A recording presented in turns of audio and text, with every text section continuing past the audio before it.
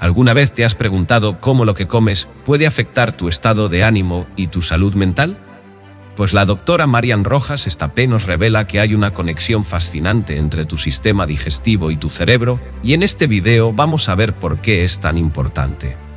La doctora también nos hablará de la importancia de la microbiota intestinal, descubrir cómo los alimentos que consumimos pueden influir en nuestra salud emocional, y cómo el estrés puede impactar nuestra digestión y bienestar general. Así que si quieres saber más sobre cómo cuidar tanto tu intestino como tu mente, quédate conmigo y vamos a explorar juntos la importancia del eje intestino-cerebro de la mano de la doctora Marian Rojas Estapé. Ahora entramos en un tema apasionante, del que probablemente me hayas escuchado en alguna ocasión, que es el tema del eje intestino-cerebro. Empecé a investigar este asunto durante la residencia. Yo estaba en el hospital trabajando y justo en esa época estaba pasando planta en la hospitalización en psiquiatría. Muchos de los pacientes que teníamos ingresados tenían problemas digestivos y en muchas ocasiones teníamos que hacer interconsultas a los médicos digestivos para que vinieran a valorar a los pacientes.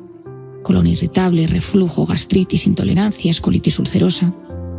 Recuerdo que un día estaba yo de guardia y decidí acercarme al departamento de digestivo a hablar con alguno de los médicos, a ver si podía orientarme en algunas pautas o tips para poder ayudar a los pacientes sin tener que pedir siempre esas interconsultas. Recuerdo que ese día me topé con un residente mayor que me dijo: aprovecho yo también para preguntarte, Marian, ya que muchos de nuestros pacientes ingresados en digestivo tienen síntomas depresivos o toman medicación para la ansiedad y la depresión. Una de las características que más influyen en mi forma de trabajar es la observación. Me dedico a observar con mucho detalle a mis pacientes, cómo evolucionan los pronósticos, qué medicaciones o qué estilos de vida les sienta bien.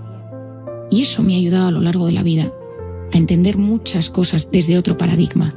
En ese momento, mientras yo hablaba con ese residente, me di cuenta que había un campo inmenso que se abría ante mis ojos. Probablemente había algo que influía en el eje intestino-cerebro, probablemente algo de la alimentación o del intestino estaba influyendo en el cerebro, o algo del cerebro influía en el intestino. Me metí en internet, en las páginas de médicos, donde hay artículos e investigaciones, y descubrí que había ciertos grupos de estudio en diferentes lugares del mundo que empezaban a hablar de ese concepto que por entonces era innovador, denominado la microbiota.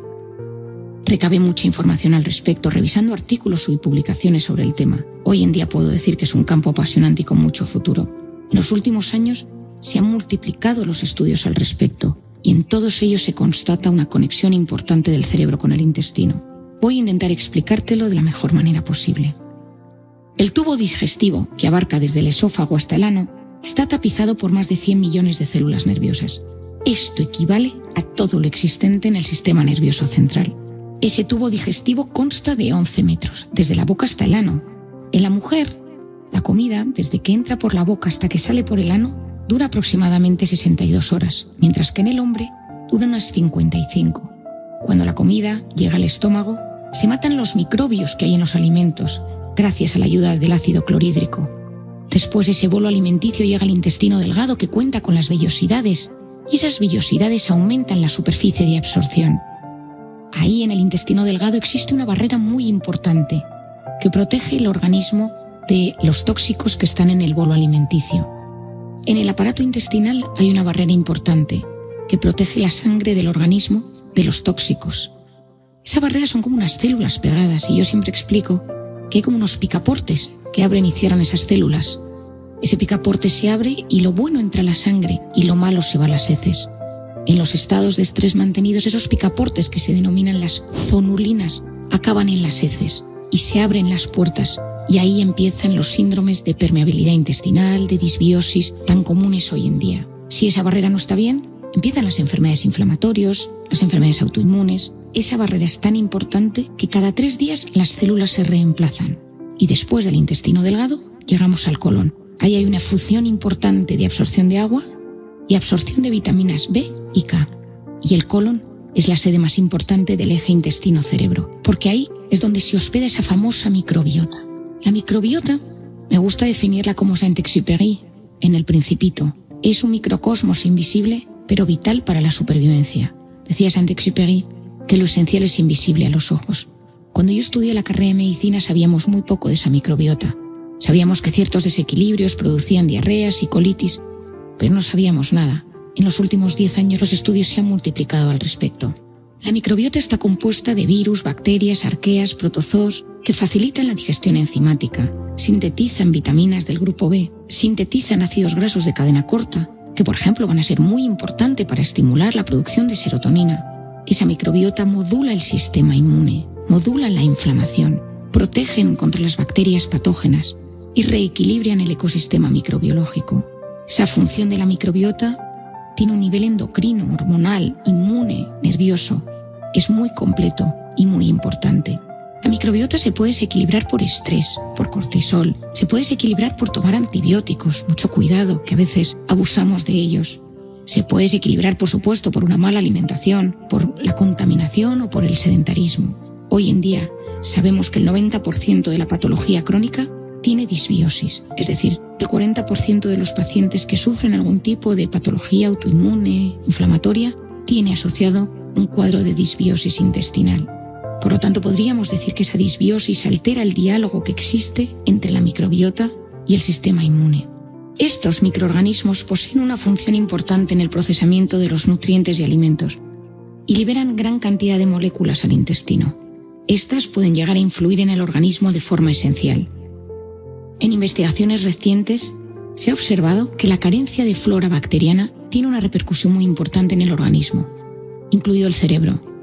Se está prestando especial atención, por ejemplo, a la causa-efecto entre ciertos cambios bruscos en la flora bacteriana y alteraciones simultáneas en el estado de ánimo o en la conducta del paciente. Hay diferentes teorías al respecto. Una revisión del 2015 sugiere que los déficits en la permeabilidad del intestino pueden ser la causa de la inflamación que aparece en los trastornos del ánimo. Por otro lado, se postula que algunos microorganismos segregan sustancias que desempeñan la labor de neurotransmisores en el cerebro. Hoy en día esto ya está más que demostrado. Algunas bacterias se encargan de sintetizar neurotransmisores que van a tener una función primordial en el cerebro. Los avances en investigación son numerosos y cada vez más van surgiendo especialistas que pueden ayudar y paliar mucha sintomatología desde el intestino. La permeabilidad intestinal a la que he hecho referencia es la capacidad que tienen las membranas del intestino para permitir el paso de nutrientes procedentes de los alimentos de nuestra dieta, bloqueando el paso de sustancias tóxicas, bacterias y virus que pueden dañar el organismo. Cuando se altera la permeabilidad intestinal, se produce un fenómeno llamado hiperpermeabilidad o intestino agujereado, que puede causar inflamación, alergias, infecciones y otras enfermedades. Para regular esta permeabilidad intestinal y controlar el componente inflamatorio de la depresión, juega un papel fundamental la microbiota. Sobre este tema, hoy en día existen especialistas maravillosos que divulgan en España y en otros países sobre el tema. Te recomiendo a la doctora Sari Arponen, que tiene varios libros sobre el tema y en su divulgación lo explica de forma clara y sencilla. A la doctora Nazaret Castellanos, tengo una gran amiga mía de la carrera, la doctora Almuiña, que también es especialista sobre estos temas. A mí me gusta poder relacionarme con médicos de otras especialidades para poder intentar transmitir al paciente una visión global de lo que trae a consulta. Algunos pacientes vienen a mi consulta y me dicen: Marian, tengo artritis, desde hace años tengo depresión y de vez en cuando se me duerme la mano. Si esta paciente acude al reumatólogo, al neurólogo, al psiquiatra, pero no estamos coordinados entre nosotros, probablemente nos estemos perdiendo una parte fundamental de su tratamiento. A mí me gusta mucho, cuando tengo un paciente en consulta, intentar entender todos los síntomas físicos que tiene, de los cuales se queja, porque en muchas ocasiones algunos de ellos pueden estar ligados a los temas de la mente que le perturban. Hay estudios espectaculares publicados sobre cómo una infancia infeliz, con traumas, bullying, acoso, abandono, influye en la salud a lo largo de la vida. El estudio más importante que yo leí en su momento fue cuando volví de Camboya y descubrí que había un estudio en Nueva Zelanda que trataba sobre niños que habían tenido una infancia muy dura, con eventos adversos, traumas, abandonos, abusos y la salud física que esta gente tenía en torno a los 20, 30 y 40 años. Muchos de ellos padecían de enfermedades autoinmunes e inflamatorias. Y como os decía al principio, me dediqué a observar. Sabéis que yo en consulta trato mucho tema de abuso debido a mi experiencia en Camboya.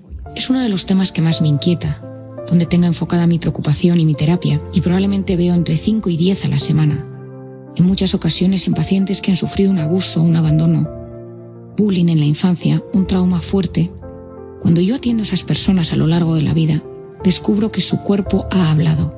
su cuerpo ha mostrado síntomas físicos, dolencias, que en muchas ocasiones no se ha relacionado con el trauma.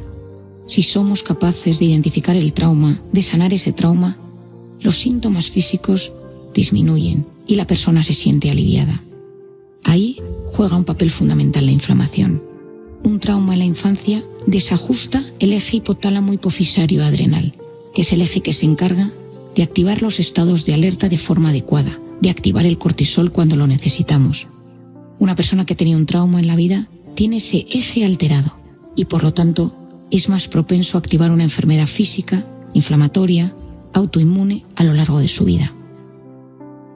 La buena noticia es que si esa persona se trata a nivel emocional, sana sus heridas y hace un tratamiento 360, un tratamiento integral, todo ello acaba mejorando, su cuerpo se resiente menos y su corazón y su mente se sienten aliviados.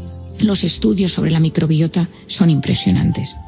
Hoy en día hay estudios sobre microbiota y Parkinson, microbiota y Alzheimer, por ejemplo.